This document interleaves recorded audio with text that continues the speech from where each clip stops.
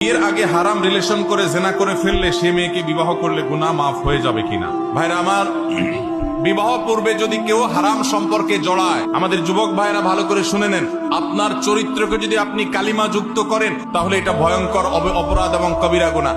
এর জন্য আল্লাহর কাছে আপনাকে জবাবদিহি করতে হবে। আমাদের অনেক যুবক ভাইরা মনে করেন যে বিয়ের আগে কোন মেয়ের সাথে হারাম সম্পর্ক করলে, জেনা লিপ্ত হলে, এরপর বিয়ে করলে বোধহয় এটা কাটাকাটি হয়ে যাবে।